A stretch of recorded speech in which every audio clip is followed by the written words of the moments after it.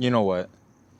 I have like barely an idea what this looks like, but the phone doesn't tell the whole story, so we'll see what happens. We're gonna finish what I was talking about, and we're gonna do it with some alcohol. I'm kidding, I don't drink. And if you know me, you know I don't drink. Never a sip of alcohol in my life. That doesn't make me better than anyone. It just means I'm scared. I've always had like a fear that not saying I do, but scared that I have an addictive personality. Hopefully this mic is doing okay. Always scared that I have an addictive personality. I've never smoked, never drank, never done drugs, except ibuprofen. I need that. No acid, no pills, no nothing. The only vice I ever had was women. You know, that's probably the worst one. I think I'd much rather be an alcoholic or have been an alcoholic rather than in relationship with so many women. My life probably would have been much easier, much better. Maybe very forgetful, but better nonetheless. It's really cold outside, and I'm gonna eat ice cream. So let's see how this goes.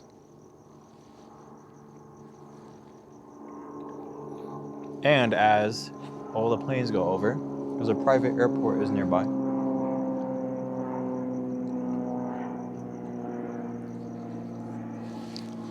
I think I'm liking this more.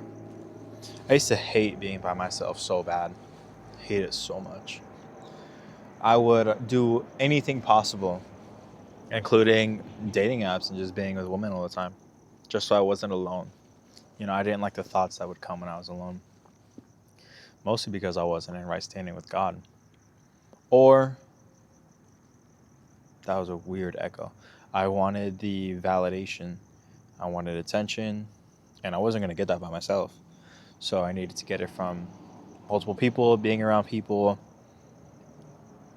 But now it's, you know, it's too much work. Honestly, it's just too much work. Hitting people up, you want to go do something. You know, tonight I posted something like what's happening. There was a little car me. It was too late. I didn't want to go. I don't know. People are going to Halloween parties. I don't like parties. Parties aren't my thing. So I'm going to get ice cream like a loser. And a root beer. And I'm going to enjoy my time. And I'm going to talk to YouTube for 3 minutes and 10 seconds. You know, who knows what's going to come from this? Maybe this is just my own video diary. Or maybe this grows into something huge. I watch a lot of beginning stages of other YouTubers that made it big, and the stuff that they posted was cringy.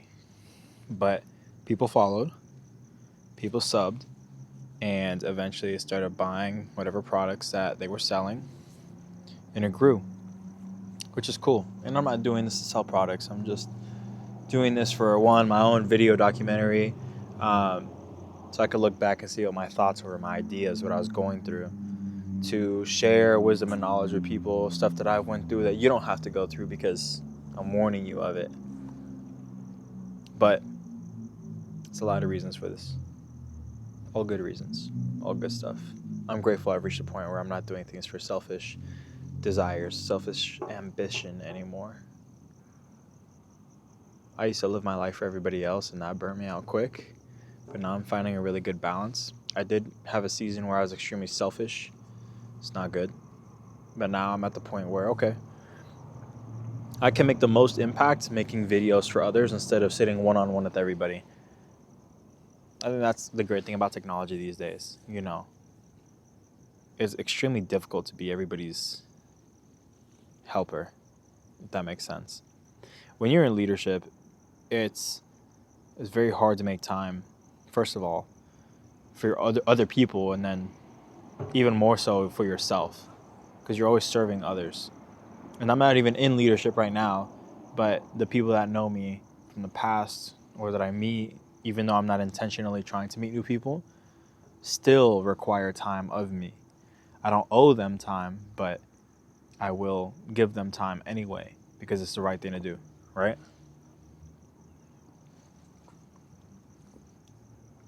God was there for me. I'll be there for others. Even if others weren't there for me. Because I know how it feels to be alone and seeking help and nobody helping. I don't want them to feel that same way. Which can also be very bad. It can be very toxic. Because you're going to help everybody because you feel bad for them and not set up any boundaries, and you're going to just kill yourself along the way. So it's really important.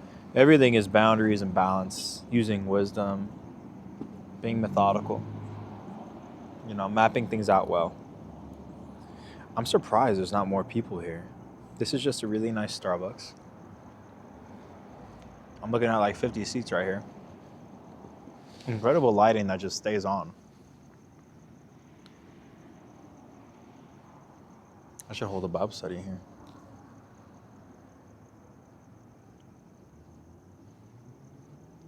Funny how God works. I was debating on going to a different Sorry Not Sorry.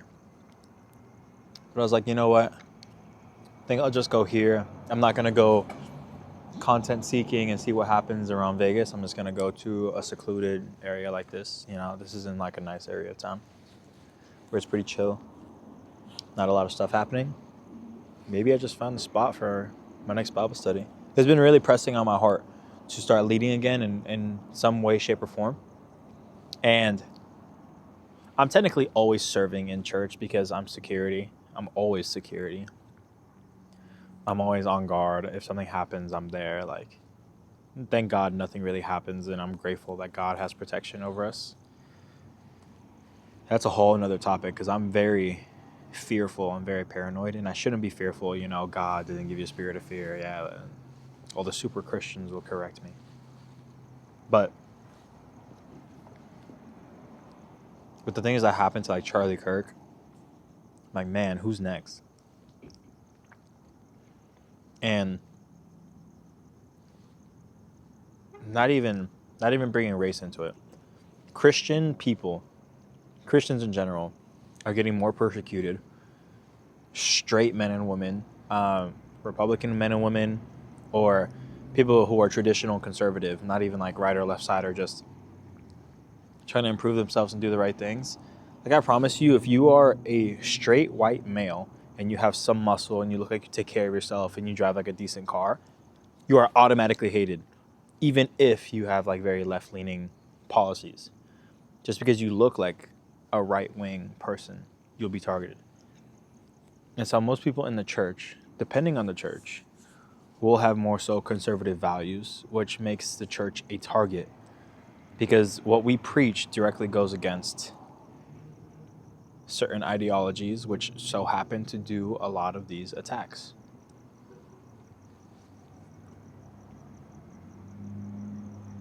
I wonder what YouTube's rules are on this.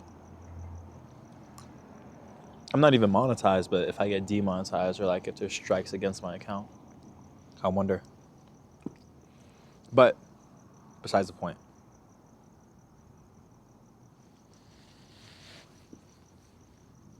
I am serving. I want to serve more.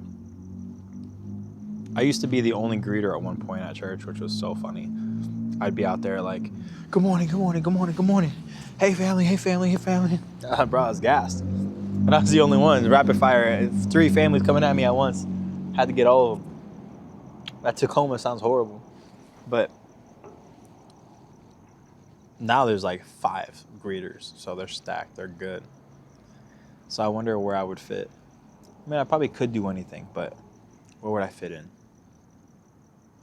As in being needed, not as in being valued or accepted. If you know what I mean. I wonder.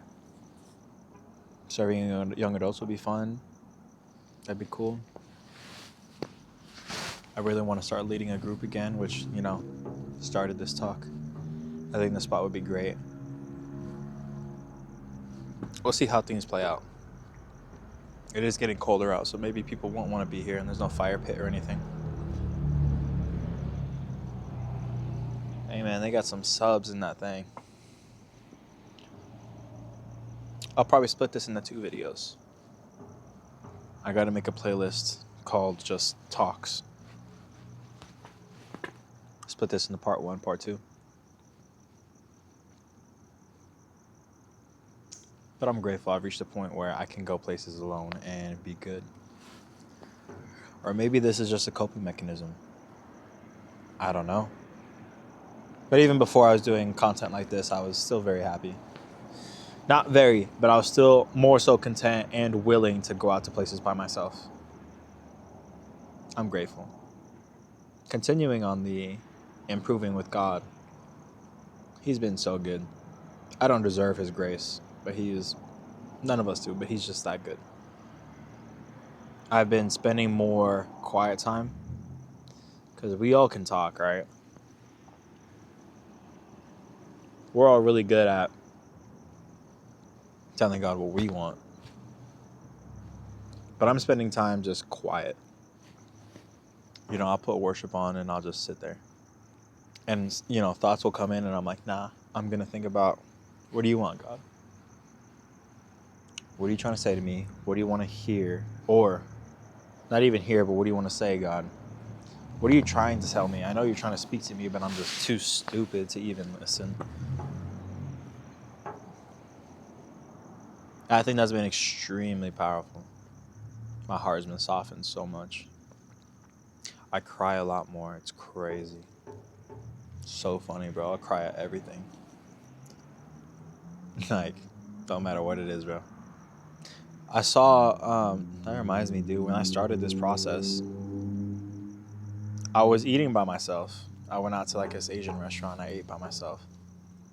And this place was dead. But there was another older lady doing the hibachi thing, and I swear she was with somebody. I swear she was. I could have swore she was with like 1 or 2 other people. I didn't see the 1 or 2 other people, but I remember like hearing voices or like a presence of other people, right? And as I get up to leave, the servers are really nice, talking about my motorcycle. It's a very wholesome experience overall. They're really funny. I felt like discernment started to kick in because I started feeling sad towards the server, like maybe they're going through something. But that's a whole different topic. As I get up to leave, I see the lady I was talking about with this sweet old Asian lady. And the race doesn't matter or anything, but it partially does because my mom is Asian and she's older. She didn't look like my mom, but like just the idea. And she looks so like happy. It's an extremely difficult thing to explain, but she looked like she was glowing, happy, bright, and it's like one of those resilient kind of strength smiles. She smiled at me. I think I smiled back. I can't remember. I just remember seeing her. And, bro, my heart broke. Right there, my heart broke. I started crying, walking out the door, like, bro. I instantly, like, folded over. And as I'm walking out, the server catches me. He's like, oh, this is your bike. Oh, my gosh. And I'm like, oh, yeah. Just act natural. And when I put on my helmet, bro, I started bawling my eyes out. Like, I was like, you could see me, when you cry and you go, oh, dang, my bad. Smacking the microphone. When you cry and you start doing that, like, hiccup type thing, like, like crying. It sounded like I was laughing, but that crying thing, like, bro, if somebody saw me even with the helmet on, they would know I was crying. I was, like, visibly crying. And that broke me so bad, dude. I don't know why. I think it was the idea that she's eating by herself, or at least I think she's eating by herself, and she's an older lady. What if she doesn't have anybody? She doesn't have anybody to take care of her, anybody to love her. There's another flip side to this. Maybe she was a horrible person and nobody wants to be around her. Anything is possible. Maybe it was an angel. People have interactions with angels, and I swear I've had one with an angel before too. I've had an interaction. Like, I can almost guarantee, I'm very confident. But that made me bawl my eyes out. And it was in the beginning stages of me having this silent time with God and him softening my heart after being so selfish and bitter and angry about my circumstances in my life. I want to talk about that angel story. I swear, I was in church, and this was also a time period where I was burnt out. I was tired. I was fed up. I was angry at the church. I was angry at people. My reputation is being dragged through the mud. Partially deserved it. But I think this is a time when I was living pure. I can't remember. But I think I was living pure. And that's why I was like even more so angry, because I didn't deserve the things that are being spoken about me. But there were people in the lobby sitting by themselves, which happens a lot, which frustrates me very much. And if you know me, you know that I always speak to those people. If I see somebody alone, you can bet money Manny's going to go talk to them and get them introduced, get them plugged into people. That's literally what I do. I am the middleman. It's who I am. Like, I am the connector. And I see people, I'm like, nah, I don't want to get involved. I don't want to do anything. I don't want to serve. I don't want to put my energy into people. I was angry and bitter. This lady comes up to me that I've never seen before. And she's this really beautiful older black lady, and she's like maybe like 45, 50, and she's like glowing, and she's wearing a bright dress. And she comes up to me out of nowhere. Hey, do you mind like talking to this guy over here? And I'm like, I'm not sure. I remember being really hesitant and, debating on what to say. And she's like, I'm sad I can't quote this word for word, but it was along the lines of, I know it's hard, but I know you're gifted. And I'm like, how do you know that I'm going through something, first of all? And second of all, how do you know that this is naturally what I would do and I'm gifted to do these things and help people and speak to complete strangers? And I'm like, okay, yeah, I'll go talk to him. And I went to go talk to this guy. And he had a great story. It was his first couple times at church, like second or third time. He hadn't met anybody, and he was going through a really hard time. What's really sad is I have a really, because I went through these cycles so much, being extremely connected to extremely distant, I don't even remember the guy anymore, sadly. I hope he's still in church. I can't remember. Like, I just get really connected and then disconnect and don't stay plugged in with people, and it's very disappointing. It's very frustrating. But he had a great story. It worked out well. I know I introduced him to a couple people, and overall I believe like this had an impact in his life and helped him improve. And the way that person spoke to me, I'll never forget. I forgot some of the things, but I won't forget the impression that it had on me, because I never saw that person again, never saw that person beforehand. And I do believe that was specifically an angel God sent to get me back on track. After that, I started getting more locked in. But that's my little angel story. I believe, not 100% sure. The Bible does say you will entertain angels without knowing, right? But just a thought, just a possibility,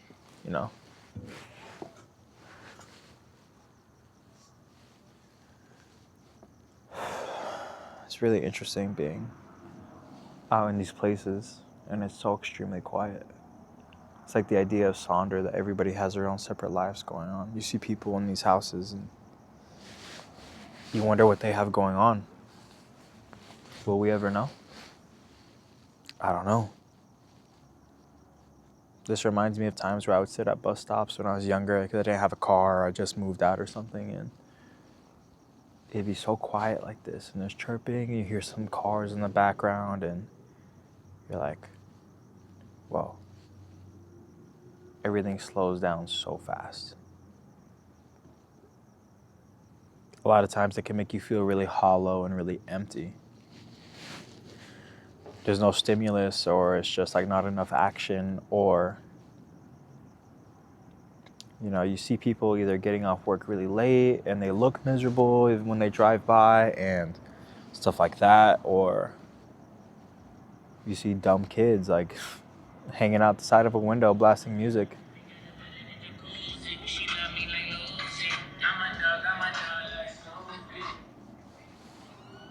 That's crazy. I hope you guys heard that.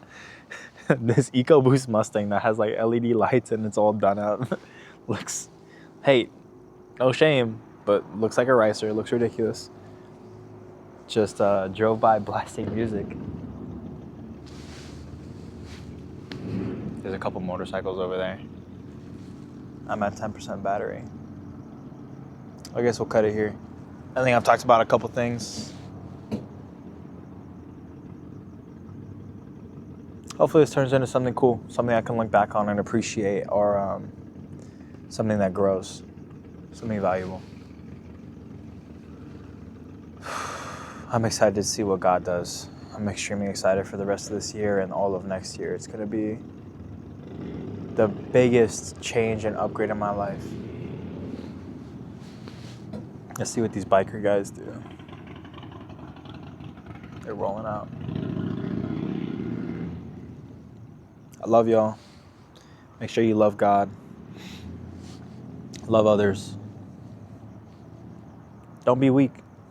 Grind, work hard, put your mind to something, and go get something done. Go accomplish things. Go get after it. Don't be complacent. Don't be lazy. Don't be weak. Go get things done. And maybe one day you'll enjoy ice cream without feeling guilty. Be good, y'all. See you later.